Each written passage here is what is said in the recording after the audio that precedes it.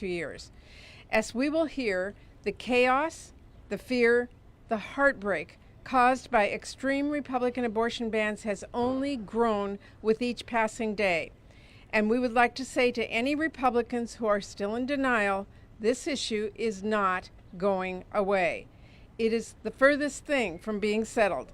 Women are not going to forget about the horrors they have been put through, and they're not going to accept a status quo where politicians control their most personal medical decisions.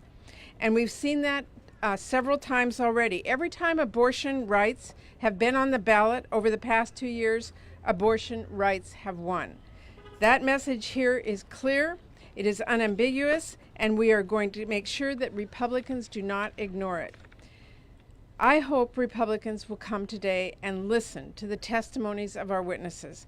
I hope they will truly take to heart the stories of women and providers whose lives have been turned upside down and irrevocably harmed by the abortion bans they championed and cleared the way for. The Senate Democrats are going to keep lifting up the voices of women who are bravely sharing their stories. We will keep shining a spotlight on the lives that have been wrecked by cruel Republican abortion bans, and Democrats will not rest until we restore abortion rights for all Americans by passing the Women's Health Protection Act. With that, let me turn it over to Senator Hassan. Well, thank you, Senator Murray, and good morning, everybody. By overturning Roe v. Wade, the Supreme Court took away a fundamental freedom for millions of Americans. And during the past few years, there's been a really concerted effort to ban abortion all across our country, including in my home state of New Hampshire. Tens of millions of American women now live in states where abortion is banned. Some of these bans have criminal penalties, both for women seeking an abortion and for their doctors who are providing critical care. We know that efforts to deny a woman's fundamental freedom won't stop there. The next move is to ban abortion nationwide. For those who suggest that these fears are unfounded, I would remind you that we were told that overturning Roe would never happen. But that's exactly what Supreme Court justices appointed by former President Trump did. So this is a really perilous moment. What is at stake is whether or not women will continue to be free and equal citizens in the United States of America.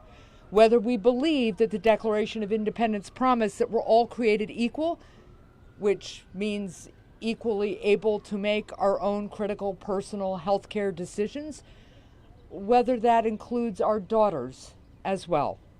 The world's greatest democracy cannot let the women of America become second-class citizens. We need to be clear-eyed about the dangers of this moment, speak out, and continue to do everything we can to safeguard freedom for America's women. And thank you. I'll now turn it over to Senator Smith. Well, thank you very much. Thanks to Senator Murray and to Senator Hassan for your leadership and your fight on this issue. So today, 1 in 3 women of childbearing age in this country live in states with a Trump Republican abortion ban. And every day we are confronted with the grave consequences that this has, that overturning Roe has had for Americans across the country. We're going to be hearing about some of these stories today in the Help Committee. These are stories of women in situations that they never could have imagined that they would have to face.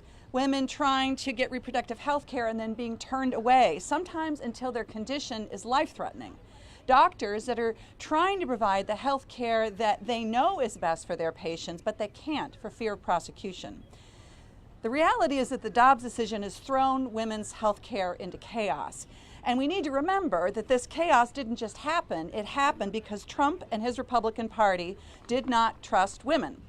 They believe at their core that politicians and judges should have the power to make decisions for women whose lives and stories they'll never know.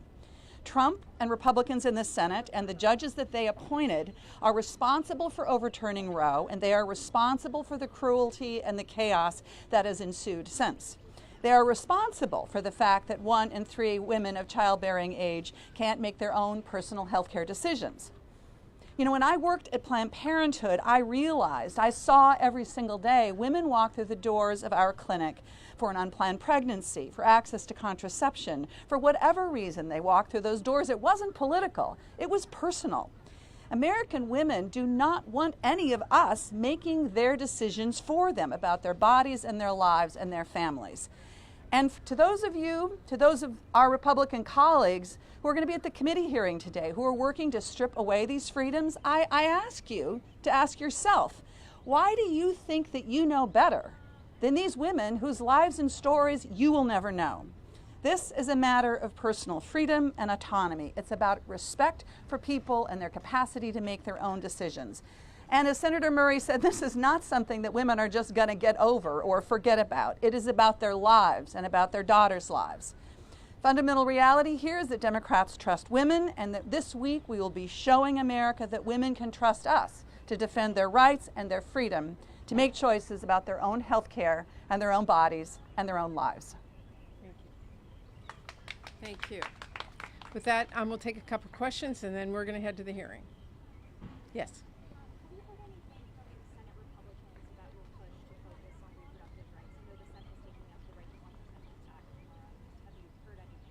I have not heard anything from Republicans in general. We are taking up the women's right to contraception tomorrow. There will be a vote on the floor. We'll hear from them then. Do you think that this strategy is effective to put up these bills that likely won't pass? Well, you don't pass anything that you don't try to pass. We're going to put it up on the floor, and we're going to hope that it will pass. And I believe that the American people want to know what's at stake here and what we're fighting for. Certainly access to contraception, certainly to the Women's Health Protective Act. These are things that we are putting up and working to try and get passed. Others? All right. Thank you all very much. Thank you all very much. Thank you. Thank you.